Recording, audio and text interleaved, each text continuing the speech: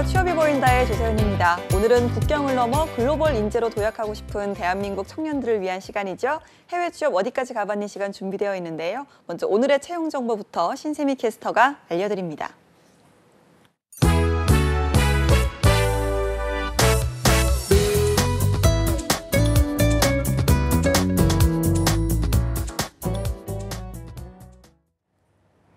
네, 안녕하세요. 취업 정보 알려드림의 신샘입니다. 오늘의 대기업 채용 소식입니다.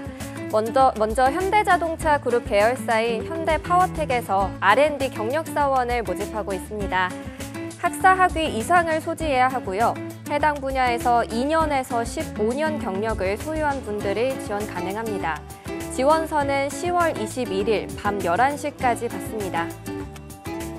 다음으로 이랜드 리테일에서는 매장 내 광고와 고객 상담을 담당할 경영 지원 부문의 신입사원과 경력사원을 모집하고 있는데요.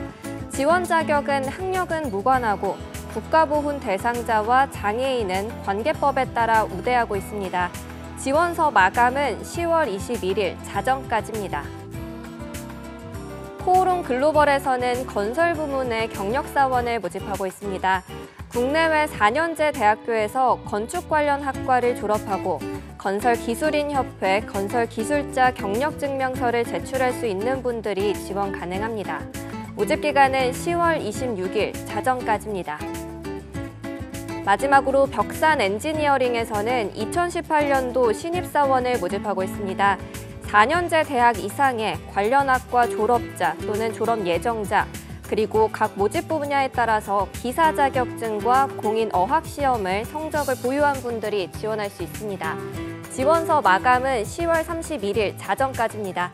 이상으로 취업 정보 알려드림의 신샘이었습니다.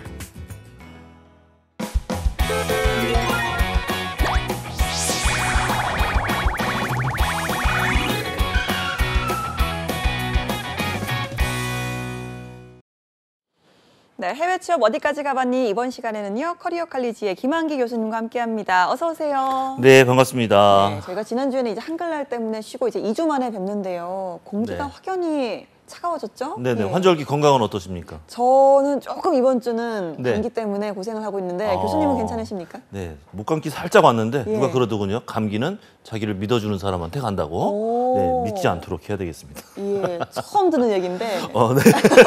알겠습니다. 저희가 네. 지난 시간까지는 이제 호주였잖아요. 호주 해외 취업에 대해서 알아봤는데 네네. 그리고 이제 살짝 스포를 하고 가셨어요. 이번 시간에 멕시코에 대해서 알아보자고 하셨는데 네. 자, 일단은 멕시코가 지리적으로는 북미에 있는데 문화적으로는 남미다. 뭐 이건 무슨 말일까요? 위치적으로는 이제 지도상으로 다 보게 되면 위치가 북미 쪽에 있는데요. 네. 남미 쪽하고 문화권이 많이 교류가 된다는 얘기는 네. 멕시코가 지금부터 하고 있는 우리가 취업하기 위해서 포인트를 잡아야 되는 게 어느 방향이구나라는 걸 이제 좀 예시해 줄 수 있는 그런 말씀이었습니다. 예, 요즘 멕시코 하면 흔히 좀 남미라고 생각을 하고 그렇죠, 했거든요. 그렇죠. 예, 네네. 이렇게 좀 멕시코를 오늘의 국가로 선택해 오신 특별한 이유가 또 있겠죠. 네, 남미라고 착각하는 이유가 멕시코는 사실 우리가 문화적인 그런 것들이 많이 익숙한 나라지 지리적으로다가 관심을 둔 나라는 아니었었거든요.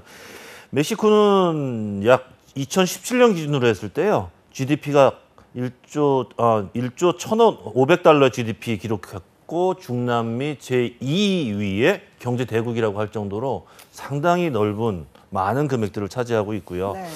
북쪽으로는 미국이고요. 남쪽으로는 벨리즈하고 과테말라 국경이 이렇게 맞닿아 있어요. 네.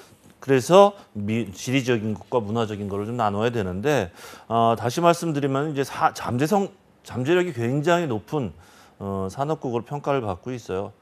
핵심 키워드로 말씀드리자면 수출, 진출, 교두보 국가다라고 보시면 되겠습니다. 북쪽 미국과 네. 계속 말씀이 나올 거예요. 미국과 도대체 어떤 관계가 있길래 미국 얘기를 저렇게 하는지.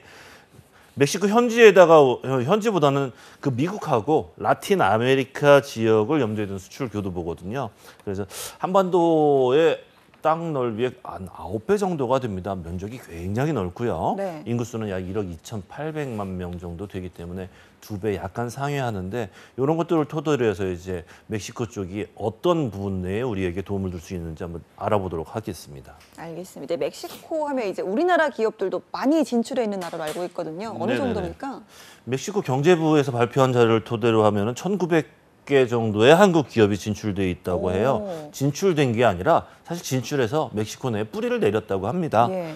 거기에다가 이제 북미 시장을 겨냥해서 세계 각국에서 이제 다국적 기업들이 상당히 많이 들어와 있어요. 그래서 네. 굉장히 매력적인 나라라고 볼 수가 있겠습니다. 알겠습니다. 사실 그렇다는 거는 일단 멕시코의 그 노동 수요가 풍부하기 때문에 진출해 있다 이렇게 이해를 해도 되는 걸까요? 그렇습니다. 뭐 인구가 많기 때문에는 사실 우리가 자리매김하기가 조금 불리할 수도 있는 그런 네. 부분인데요. 그 인구와는 별개로 우리가 뚫고 들어갈 수 있는 그런 포인트들이 있어요. 기술력이라든지 아니면 사용할 수 있는 자원이라든지 네. 다시 언급해드리도록 하겠습니다. 알겠습니다. 자, 멕시코 하면 이제 언어는요. 네네. 뭐 영어도 워낙 미국과 맞닿아 있으니까 좀 어느 정도 구사를 하겠지만 스페인어가 주잖아요, 그렇죠? 미국하고 맞닿아 있어서 영어를 많이 사용할 것이다 라고 하는 거는 살짝 오해가 있는 부분이에요. 오, 네. 많이 TV에서 보셔서 아시겠지만 멕시코에서 불법 체류하겠다고 넘어오는 그런 사람들 미국에서 강력히 차단하는 그런 쪽이기 네. 때문에요. 미국하고의 관계, 언어보다는 과거의 식민지 시대에 있었던 스페인어가 공용어입니다. 스페인어를 가장 많이 쓰는데요. 자, 그러면 스페인어를 공부한 저는 유리하겠습니다 라고 생각하실 수 있는 분들이 있는데 여기에도 이제 맹점이 있고 함정이 있어요. 네. 스페인어는요, 스페인어가 있고요. 멕시코에서 하는 멕시코 스페인어가 있습니다. 오. 방언이라고 할 수 있죠. 네. 네, 그렇기 때문에 스페인어만 굉장히 잘한다고 해서 멕시코 쪽에 유리한 것은 아니다. 그쪽에 방언도 조금 관심을 두고 편하게 이야기할 수 있어야 된다라고 보셔야 됩니다. 영어 말고도 이제 조금 사용해요. 영어 좀 사용하는데 프랑스어하고 러시아어, 이태리아어 요거까지도 조금씩 사용되고 있으니까 참고하시기 바랍니다. 예, 그렇다면 이제 멕시코에 취업을 준비를 할 때는 네. 아무래도 좀 영어보다는 스페인어, 그러니까 뭐 멕시코 스페인어가 따로 있다라고 하셨지만 그래도 스페인어를 좀 구사하는 게 유리하다고 보면 될까요? 그렇죠. 스페인어를 공부하기 위해서는 이제 여러 가지 방법들이 있는데 한국에서 시험을 볼 수 있는 공인 시험이 있습니다. 네. 두 가지인데요. 델레라고 하는 스페인 세르반테스 문화원에서 주관하고 있는 그 시험이 있고요. 그다음에 대한상공회의소에서 와 한국 외국어대학에서 공동으로 시행하는 그 플렉스라고 하는 그런 시험이 있습니다. 그러니까 델레라는 것은 이제 초, 중 급으로 나눠서 각각의 급수별로 레벨 1과 2 정도로 나눠지고요. A1, A2, B1, B2, 고급에서 이제 C1, C2 이렇게 시험 나눠지고 보통 이제 취업을 할 정도가 된다면 B 등급 정도 유지를 하셔야 됩니다. 네.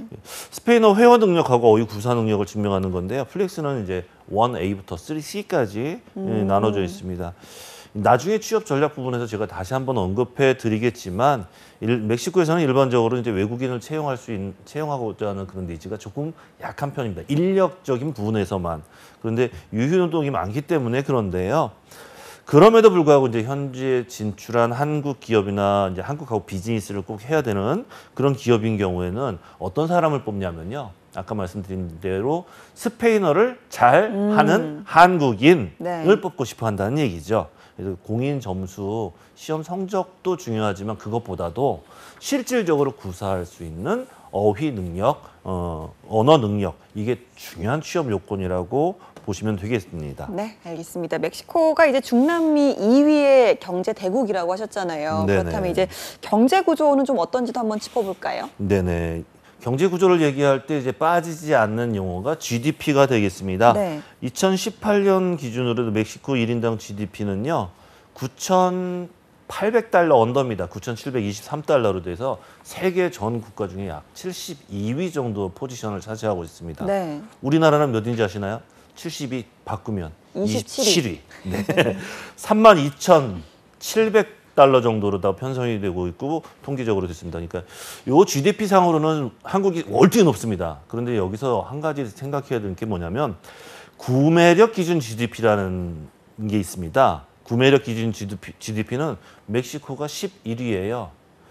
구매력 기준 GDP가 뭡니까? 이거는 뭐냐면 Purchasing Power Parity라고 해서 구매력 평가 기준으로 봤을 때 물건을 구매하는 평가 기준으로 봤을 때 1인당 국민소득을 얘기하는 그런 기준인데요.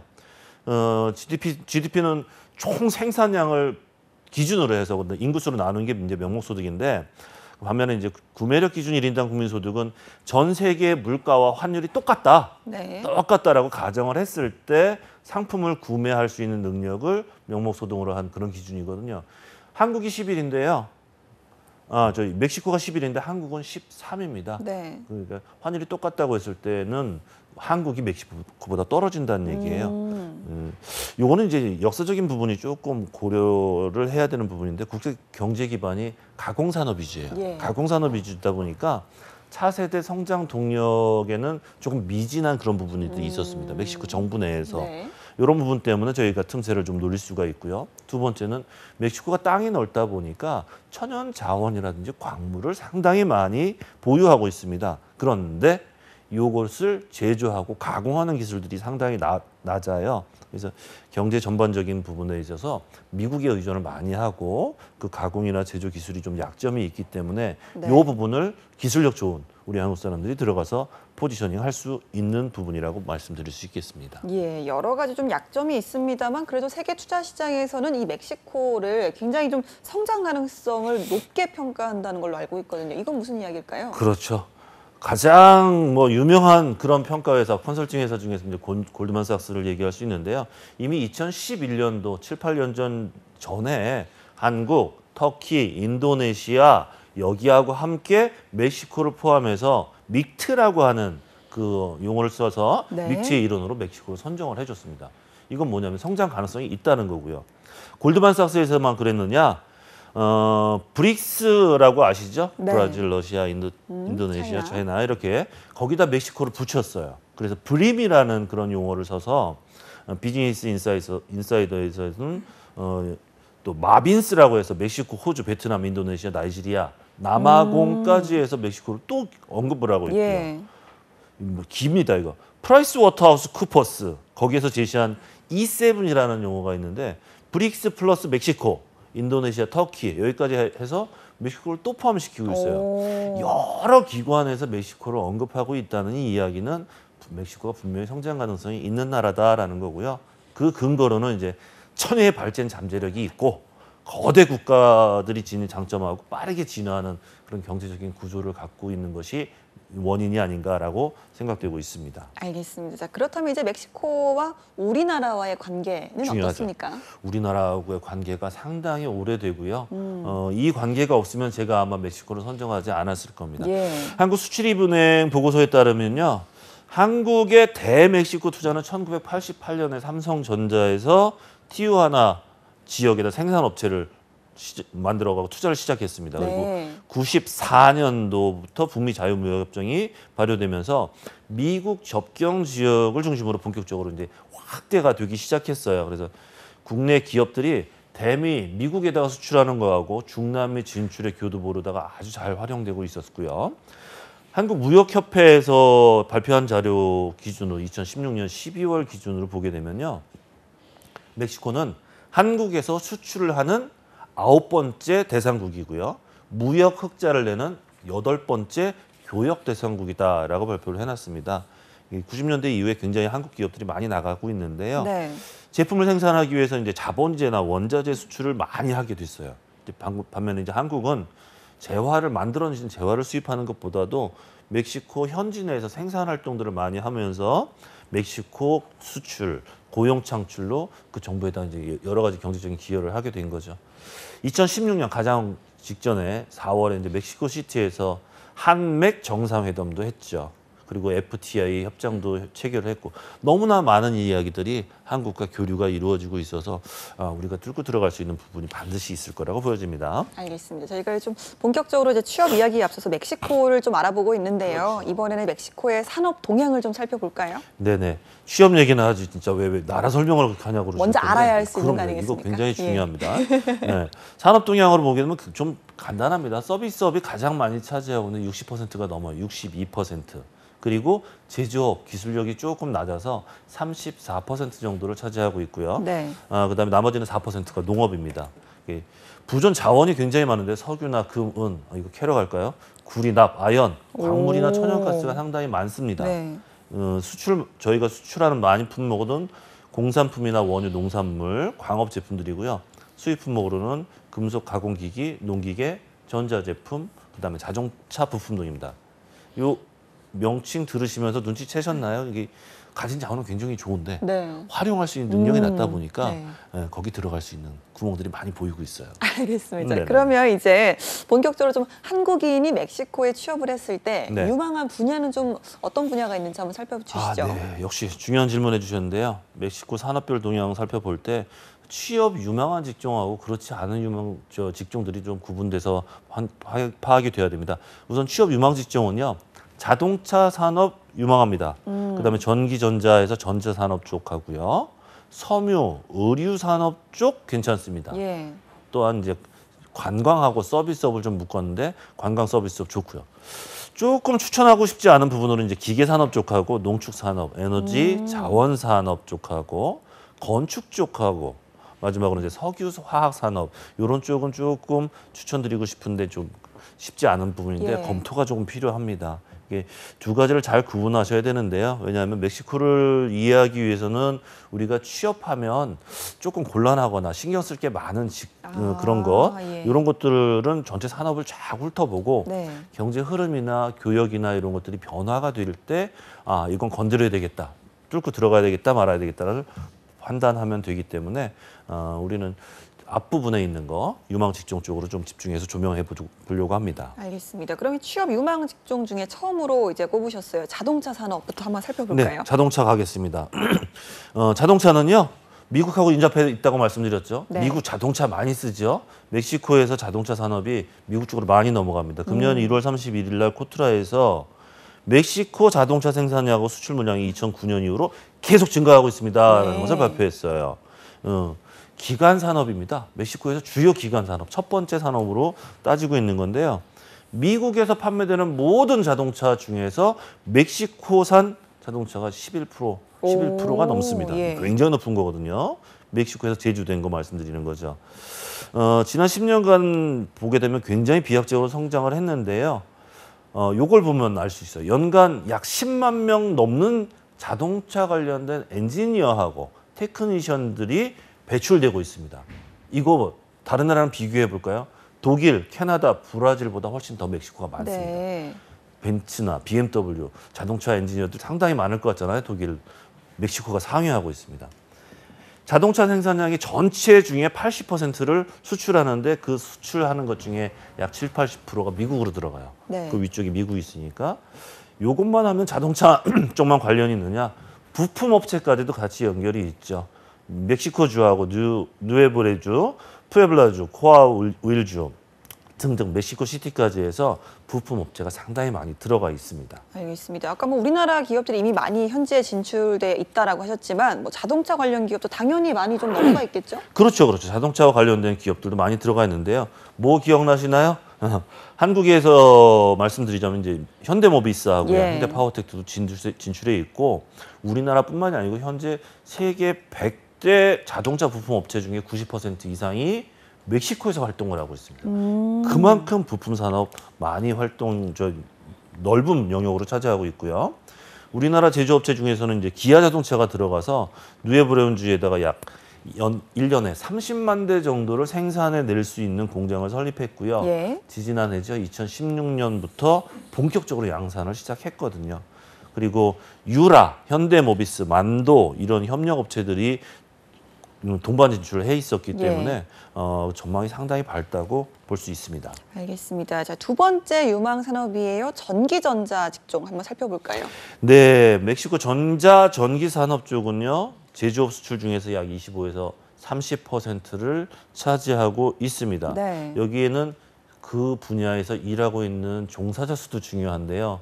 26만 명이나 종사하고 있습니다. 와. 많죠? 전자기기 수출 품목을 보게 되면 이제 평면 TV, 컴퓨터, 핸드폰 기본적으로 많습니다.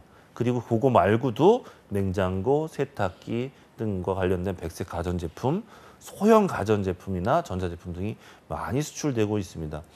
향후 몇 년 동안은 아마 이 평면 TV라든지 스마트 TV 같은 것들이 멕시코 쪽에 상당히 많이 갈 것 예. 같아요. 그 이유가 이제 뒤에서 또 말씀드릴 텐데 멕시코 정부에서 디지털 산업 쪽에 굉장히 관심을 많이 두고 있거든요. 현재 PC 보급률이 전 국민의 25% 미만이라고 봅니다. 오. 그러면 전자제품 중에 PC도 상당히 많이 들어갈 수 있는 가능성이 있는 나라이기도 스마트폰도 하고. 있을 테고요. 그렇죠. 네, 알겠습니다. 자, 그렇다면 좀 어떤 분들이 이렇게 멕시코의 전기 전자 쪽으로 좀 진출을 하시면 좋을까요? 네, 살짝 제가 언급드렸죠. 2016년부터 멕시코 정부에서는 아날로그 TV를 디지털 TV로 다 전부 바꾸겠다라고 대통령이 얘기하고 교체하고서 있었습니다. 네. 그래서 530만 대 디지털 TV를 보급했거든요. 그 디지털 TV 보급한 게 우리랑 무슨 상관이 있습니까? 2015년 12월부터 디지털 방송이 시작되면서 장비들이 싹 바뀌고 있어요. 여러분들 기억하시잖아요. 우리도 아날로그 TV에서 디지털 TV로 바뀔 그러니까요. 때 얼마나 혁신적으로 느낌이 그쵸. 달라졌는지. 그래서 이런 분들 한번 집중해 보세요. TV 생산 기술 분야에서 근무하시는 분들이라든지 디지털 방송 관련된 분야에서 근무하시는 이런 분들은 그쪽에 인력이 많이 필요합니다. 기술력이 필요하거든요. 네. 그쪽으로 진출하시는 것 검토해 보시면 좋겠습니다. 알겠습니다. 그럼 이렇게 이런 분야에 이제 가서 취업을 좀 하려면요. 네. 멕시코 현지에 있는 기업을 말하는 건지 아니면 거기 진출해 있는 우리나라 기업을 말하는 건지 이 부분에 대해서 좀 많이들 헷갈리실 것 같아요. 그러실 수 있죠. 반드시 그러실 필요는 없어요. 어느 뭐 현지 기업에 제가 들어가야 됩니까? 뭐 멕시코 정부가 디지털 방송 전체적으로 다 한다고 정부로 들어갈 수는 없지 않습니까? 그렇기 때문에 이 분야에 집중하고 있다면 관련된 기업들이 있을 거예요. 네. 정부가 그렇게 추진한다면 오. 부수적으로 옆에 네. TV 제조업체라든지 방송 기술, 그래서 제가 아까 방송 기술 쪽을 말씀을 드렸던 건데요. 현지 기업이든 한국에서 진출한 기업이든 가리지 말고 폭넓게 네. 짚어보시고 그 기술력이나 인력이 필요한 회사라면 어디든지 먼저 네. 진출하시면 가능하리라고 보여집니다. 말씀인즉 좀 그러면 뭐 임금이라든지 이런 네. 복지 처우 같은 게 비슷하다는 말씀이실까요? 아닙니다. 임금은 좀 차이가 있는데요. 네. 요거 이제 취업 유망 직종 쪽 한 3주 차에서 아마 디테일하게 임금과 노동 쪽 얘기를 나누게 될 것 같은데 다음 주가 될 수도 있겠네요. 네. 그때 임금 부분은 자세히 한번 짚어드리도록 하겠습니다. 알겠습니다. 일단은 가리지 말고 취업을 해라. 네네네. 알겠습니다. 다음입니다. 이제 섬유 의류 산업이라고 하셨는데요. 이 부분은 좀 어떻습니까? 멕시코 사람들 머릿속에 한번 떠올려 보세요. 그분들이 입고 있는 의상이나 뭐 이런 것들 머릿속에 떠오르는 게 있으시죠? 화려하다. 그쵸, 화려하죠. 네, 그리고 네. 화려하고 종류도 굉장히 많은 것 같고 이런 걸 염두에 한번 보시자면요. 2015년 통계 자료에 의하면 멕시코 의류 산업 종사자가 아까 자동차, 뭐 전기전자 쪽에 26만 명이라는데 의류 쪽엔 45만 명입니다. 더 많아요. 많네요. 네. 전체 GDP의 약 10%가 이 의류 산업 쪽에서 발생이 되고 있습니다. 섬유 수출 규모를 한번 보자면요. 연간 약 80억 달러 정도고 전체 수출의 80%가 미국에 또 의존을 하고 있어요. 미국을 아주 떼놓을 수가 없습니다. 그래서 최근에 멕시코 분위기를 좀 보면요. 얼마 전부터 우리나라에서 인기가 상승하고 있었던 인터넷 쇼핑몰이 굉장히 활성화되고 있습니다. 네. PC 보급률은 적은데 인터넷 쇼핑몰이 활성화되고 있다. 다른 방법으로 사용하고 있다는 거죠. 스마트폰이나 그렇죠. 태블릿. 유추해서 보시면 그럴 수가 있어요. 그런데 그런 것들을 이제 웹상에서 구축하기 위해서도 PC가 많이 들어갈 수 있을 것 같고 오프라인 매장 없이 온라인 쇼핑몰에서만 의류를 판매하는 쇼핑몰이 굉장히 많이 들어가기 때문에 이 부분도 놓치지 않으셨으면 좋겠어요. 네, 그러면 좀 관련 분야에서 좀 일을 하시거나 네. 관련 전공을 하신 분들이 진출을 하시는 게 좀 편하겠네요. 그렇죠. 뭐 MD 하시는 분들까지 그냥 그 기술력 있고 전문직까지는 아니더라도요. 네. 소형 리테일 마케팅이라든지 그것들을 근간으로 하는 의류 산업은 상당히 좀 희망적으로 보여지고요. 의류 디자인 하시는 분들이라든지 제조하시는 분, 온라인 마케팅 판매 분야에서 종사하셨던 분들 이런 분들한테 지금 길들이 많이 보여지고 있습니다. 네. 굉장히 좋은 방향이라고 판단이 됩니다. 알겠습니다. 마지막입니다. 관광 서비스 산업, 뭐 늘 저희가 그 해외 취업 이야기를 할 때마다 빠지질 않고 등장하는 분야인데 역시나 네. 좀 멕시코도 많이 유망 직종인가 봐요. 그렇죠. 저도 뭐 생각을 해보면 멕시코 하면 경제 교역이 어쩌고 그 지리적인 게 예, 어떻고 전 축구밖에 몰랐거든요. 그렇죠. 그 문화적인 부분들이 우리하고 익숙해져 있거든요. 그 문화 중에 여행 쪽인데요. 이 여행 쪽은 멕시코 산업 정부에서도 굉장히 많이 관심을 두고 있고요. 관광 산업이 상당히 가파르게 성장하고 있는 그런 추세에 있습니다.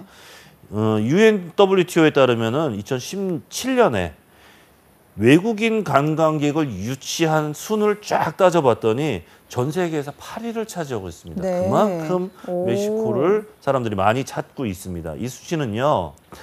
북미, 중미, 남미 전체 합해서 미국 다음으로 많은 오. 그런 거예요. 예. 그 멕시코에서는 관광객을 유치하기 위해서 굉장히 노력을 많이 하고 있다는 얘기고요.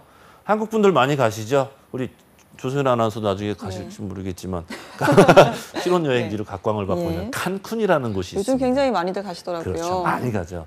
칸쿤뿐만이 아닙니다. 아주 구석구석에 신혼여행이라든지 관광할 수 있는 곳들이 아주 네. 많아서 멕시코 찾는 해외 관광객 수는 2013년부터 아주 급상승해서 증가하고 있고요. 관광업계 전 세계 관광업계 평균의 몇 배 정도 되냐면 10% 정도 성장률을 계속적으로 지속적으로 10%씩 예. 올라가고 있습니다. 세계적으로 유명한 여행지 관광하고 국제 회의 행사 그다음에 멕시코에서 다양한 아주 많은 다채로운 그런 관광 자원하고 매력이 있는 그런 멕시코 쪽이기 때문에 관광 서비스 산업 이 분야에서 근무하시는 분들 상당히 유망한 직종으로 판단이 됩니다. 알겠습니다. 이 관광 서비스 외에 또 다른 서비스 분야도 많지 않을까요? 그렇죠. 관광 서비스 중국 사람들이 우리한테 많이 왔던 건데. 의료. 그렇죠. 의료 관광. 예. 예, 의료뿐만이 아니라 의료 관광이었습니다. 멕시코는요 태국 다음으로 이제 의료 관광 서비스 대국입니다. 오. 예, 미국하고 국경 맞게 있다는 얘기 또 합니다. 예. 미국 사람들이 많이 온다는 얘기예요. 그러니까. 네. 근데 뭐 하러 오냐면 캐나다 사람들하고 손잡고요. 이 의료 관광 서비스 하러 옵니다. 상대적으로 기술력은 좀 좋고요. 기술력 좋고 예. 저렴하고 하기 때문에 상당히 많이 오는데요. 멕시코 전체가 11개 주로 구성이 되어 있거든요. 근데 거기에 약 20여 개 의료 관광 클러스터가 존재하고 있어요. 이건 한꺼번에 딱 들어가면 2만 5천 명 정도를 치료하고 시설할 수 있는 네. 그런 정도의 규모입니다. 굉장히 많죠. 전문가들이 예측하기에는요. 향후 5년간 멕시코 의료 관광 규모는 2억 달러를 초과할 것이다 라고 예측을 하고 있고요. 거기에서 일하고 있는 사람들은 10,000명이 넘어갈 것이다 라고 해서 지금 아주 급성장하고 있고 넓어질 수 있는 그런 시장의 하나로 판단하고 있습니다. 알겠습니다. 자, 네. 오늘 좀 멕시코 유망 직종이죠. 자동차 산업, 전자전기, 의류 그리고 관광 서비스까지 한번 짚어봤는데요. 저희가 다음 시간에는 또 어떤 부분을 전해주실 건지 살짝 또 예고를 해주시죠. 그렇죠. 실질적인 부분을 저희들이 들어가야 되겠죠. 그러면 일할 수 있는 노동시장은 어떻고 멕시코 시장에 가면 연봉은 제대로 받을 수 있으니까 네, 임금제도 중요하죠? 네. 이 부분을 좀 짚어서 준비하도록 하겠습니다. 알겠습니다. 그럼 다음 시간도 기대하도록 하겠습니다. 함께해 주신 커리어 칼리지 김한기 교수님 고맙습니다. 고맙습니다.